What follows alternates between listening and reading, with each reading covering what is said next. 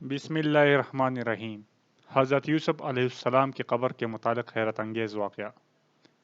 ابن ابی حاتم کی ایک حدیث میں ہے کہ نبی کریم صلی اللہ علیہ وسلم کسی اعرابی کے ہاں مہمان ہوئے۔ اس نے آپ صلی اللہ علیہ وسلم کی بڑی خاطر و تواضع کی۔ واپسی میں آپ صلی اللہ علیہ وسلم نے فرمایا، کبھی ہم سے مدینہ میں مل لینا۔ کچھ دنوں بعد اعرابی آپ صلی اللہ علیہ وسلم کے پاس آیا۔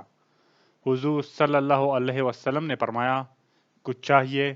اس نے کہا، ہاں، ایک تو اونٹنی دیجئے مائے ہودج کے، اور ایک بکری دیجئے جو دودھ دیتی ہو۔ آپ صلی اللہ علیہ وسلم نے فرمایا، افسوس تو نے بنی اسرائیل کی بڑیا جیسا سوال نہ کیا۔ صحابہ کرام رضی اللہ عنہم نے پوچھا، وہ واقعہ کیا ہے؟ آپ صلی اللہ علیہ وسلم نے فرمایا، جب حضرت کلیم اللہ بنی اسرائیل کو لے کر چلے تو راستہ بھول گئے۔ 1000 کوشش کی لیکن راہ نہ ملی۔ آپ نے لوگوں کو جمع کر کے پوچھا، یہ کیا اندھیر ہے؟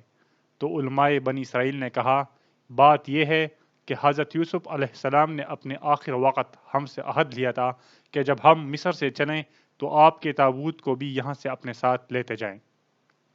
حضرت موسیٰ علیہ السلام نے دریافت فرمایا کہ تم میں سے کون جانتا ہے کہ حضرت یوسف علیہ السلام کی تربت کہاں ہے؟ سب نے انکار کر دیا، ہم نہیں جانتے۔ ہم میں ایک بڑھیا کے سوا اور کوئی بھی آپ کی قبر سے واقف نہیں۔ آپ نے اس بڑھیا کے پاس آدمی بھیج کر اسے کھلوایا کہ مجھے حضرت یوسف علیہ السلام کی قبر دکھلا۔ بڑھیا نے کہا، ہاں، دکھلاؤں گی، لیکن پہلے اپنا حق لے لوں۔ حضرت موسیٰ علیہ السلام نے کہا، تو کیا چاہتی ہے؟